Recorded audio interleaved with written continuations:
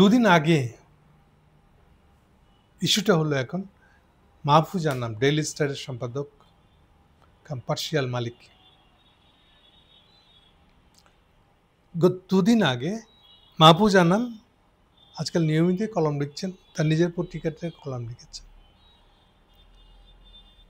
এই কলমটা এর 4 দিন আগে হাসিনার বিচারে রায় হয়েছে, মৃত্যুদণ্ড হয়ে গেছে। পড়লে মনে হয়েছে আমার কাছে যে প্রথম কথাটা হলো যে তিনি হাত দিয়ে ফেলার সিদ্ধান্ত নিয়েছেন, আর হাসিনার লাগেজ বইবেন না, এটা হতে পারে একটা পড়ে মনে হয়েছে। কিন্তু আর একটা হতে পারে যে খুব সম্ভবত এটা হলো লেটেস্ট ব্রিফ তাদের প্রতি রয়ের কাছ থেকে। কেন এই কথাটা বলছি আর বেশি করে, কারণ রয়ের খেদমত তাদের করতেই হবে, উপায় নেই, কারণ পত্রিকাটা চলে না ফাইন্যান্সিয়ালি।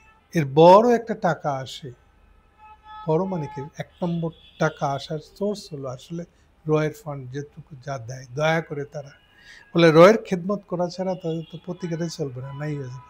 ফলে রয়ের ইচ্ছার বাইরে কিছু করবে পত্রিকাটা, এরকম কোনো সাহস, এরকম কোনো সম্ভাবনা আমি দেখি না আসলে।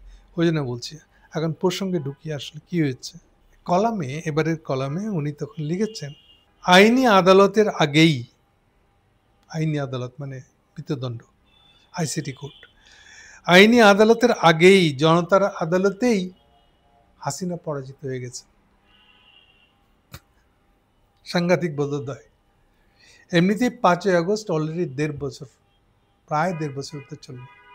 এই 1.5 বছরে কিন্তু ওনার এই বোধোদয়টা হয় নাই। বোধোদয়টা হয়েছে আইসিটি কোর্টের মৃত্যুদণ্ড রায়ের পরে। এইটা হচ্ছে ইন্টারেস্টিং পার্টটা। কথা শুরুতে উনি বলে নিচ্ছেন বিচারের কোন অংশ শক্তিশালী, কোন অংশ দুর্বলতা, সেগুলা নিয়ে আইন বিশেষজ্ঞরা আলোচনা করবেন। মানে ওটা নিয়ে উনি আলোচনা করতেছেন না, এটা বলে নিলে দায় নিচ্ছেন না। তবে তার আলোচনার বিষয় হচ্ছে কি সেটা বলছে।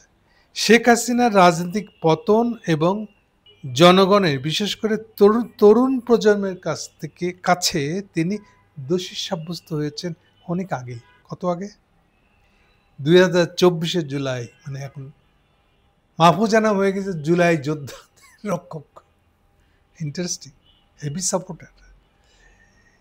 কবে থেকে? 2024 সালের জুলাই আগস্টের সেই অভ্যুত্থানের দিনগুলোতেই ওনার পরাজিত হচ্ছে। দেরি হোক তবু হুঁশ তো ফিরছে, এটি হয়তো বলার আছে আমাদের। 1.5 বছর হয়ে যাক, কি আছে? 5ই আগস্টের 1.5 বছর পরে ওনার হুঁশ ফিরছে যে আসলে হাসিনা আগেই পতন হয়ে গেছে। খারাপ না এটা? এরপরে দোষের তালিকা বলছেন উনি, হাসিনার দোষ। ভবিষ্যৎ সবসময় অনিশ্চিত, বুঝতে পারেন ফিউচারে কি হবে এটা মানুষ আগাম বলবে কেমন করে। কিন্তু বর্তমানে তার খ্যাতি ভেঙে চুরে ধ্বংসস্তূপে পরিণত হয়েছে। হাসিনা কথা বলছে। তার রাজনৈতিক জীবন, দেখেন কত কড়া শব্দ, তার রাজনৈতিক জীবন দাফন হয়ে গেছে। দাফন, তার বাবা এত কড়া শব্দ লিখতে পারতেন কিনা আমার সন্দেহ আছে। দাফন হয়ে গেছে কিসের জন্য? কিসে?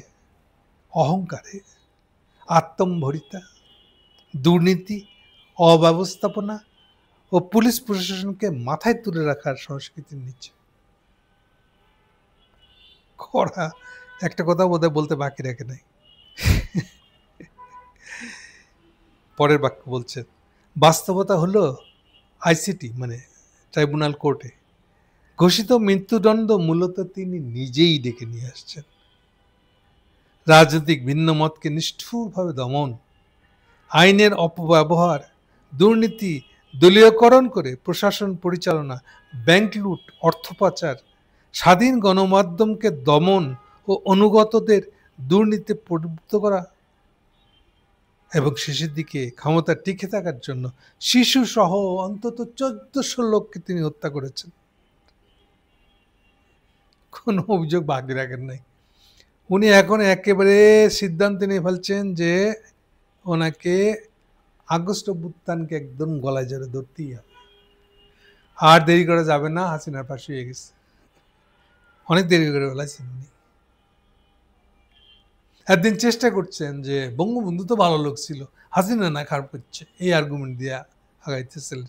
বঙ্গবন্ধুর মূর্তি কেন ভাঙা হইতেছে, ৭২ কনস্টিটিউশন কেন বদলানোর চেষ্টা করা হচ্ছে, এইসব কথা বলতেন উনি। এখন উনি বলতেছেন না, আর না, হাসিনার দায়াবিলিটি আর নেওয়া যাবে না। এখানে একটা কথা বলা দরকার আসলে, এই যে বয়ানটা দিচ্ছেন উনি, হাসিনার একেবারে ডাইরেক্ট ছাপ পড়া যতগুলো মিডিয়া আছে, যেমন এই ডেইলি স্টাডির আর একটা বাইরাবাই হলো প্রথম আলো, আপনার Tribune, Bangla Tribune, English Tribune, ওই আনিস আলমগীর অ্যান্ড ছা অ্যান্ড গং, যেগুলো যেগুলো ছিল, কিংবা বসুন্ধরা যে ৬টা পত্রিকা, এরা কেউই আজ পর্যন্ত এরকম ভাষায় পোল্টি মারতে পারে নাই, এমনকি ও তো মলাও পারেন নাই, মাহফুজ আনাম পার্টস। এই জন্য এটাকে বলতেছি, এটা শুধু হাত ধোয়া না, একেবারে দাফন সেরে, হাসিনার দাফন সেরে হাত দিয়ে বলা। উনি আর হাসিনার দায় বইবেন না। উনি বলছেন অনেক আগেই মানুষের কাছে হাসিনার গ্রহণযোগ্যতা একেবারে ধসে পড়েছিল, তার প্রতি ঘৃণা নাকি আকাশচুম্বী হয়ে উঠেছিল। সেই সঙ্গে সাধারণ মানুষকে হত্যা করায় জনগণের আদালতে তার মৃত্যুদণ্ড ঘোষিত হয় বহু আগে। জনগণের আদালতে, আইসিটিতে না, জনগণের আদালতে নাকি তার মৃত্যুদণ্ড হয়ে গেছিল অনেক আগে। অনেক স্বৈরশাসক ও এক নায়কের তুলনায় তার শাসনামলের বিশেষ বৈশিষ্ট্য হলো এত অল্প সময়ে এত বিপুল সংখ্যক নিরস্ত্র প্রতিবাদকারীকে হত্যা করার নজির খুব কম আছে। ২০২২ সালের মধ্যে হাসিনার দম্ভ চরমে পৌঁছেছিল। আমি সব জানি, সমালোচক মানে শত্রু, আমি যা করি সেটাই বাংলাদেশ, এই সবের জন্য সেটাই বাংলাদেশের জন্য ভালো, এবং এই ধরনের বক্তব্যের জন্য, এই ধরনের বক্তব্য তার রাজনৈতিক বক্তৃতায় প্রাধান্য পেত। ফলে বুঝতে পারছেন সে কত বড় দাগি একটা আসামি বলে মাহফুজ ভুঁইয়া চিন্তা করছে। তাহলে এটা কি আসলে, কেন মাহফুজ ভুঁইয়া এই পজিশনটা চেঞ্জ করলেন, এরকম ভাবে হাত দিয়ে ফেললেন কেন? হাসিনা তাদের এত প্রিয় বঙ্গবন্ধু, ৭২ কনস্টিটিউশন, এগুলো একেবারে ধুয়ে বলতেছেন কেন? কারণটা কি? এখানে আমি একটা মন্তব্য করবো খালি, এটা কি তাহলে ইন্ডিয়ান পজিশন শিফটের ইঙ্গিত? ইন্ডিয়া কি তাকে ফলো করবে, বা ইন্ডিয়া যেটা ফলো করবে সেটা আগে জানাই দিচ্ছে তাকে? এরকম ইন্ডিয়াও কি এরকম হাসিনা বাদে বাকি সবাইকে ডাম্প করে দিবে, ঠিক যেমন কাদেরিয়া বাহিনীকে ডাম্প করেছিল জিয়াউর রহমানের আমলে, জিয়াউর রহমানের হাতে? সেটাকে আগাম ইঙ্গিত মাহফুজ গ্রাউন্ড প্রিপেয়ার করতেছে? ইন্ডিয়া যে চেঞ্জ পজিশনটা নিবে, এটি কি তার ইঙ্গিত? আমার মনে হচ্ছে সেই ধরনের একটা ইঙ্গিত অন্তত এই লেখাটার ভিতরে আছে। Thank you.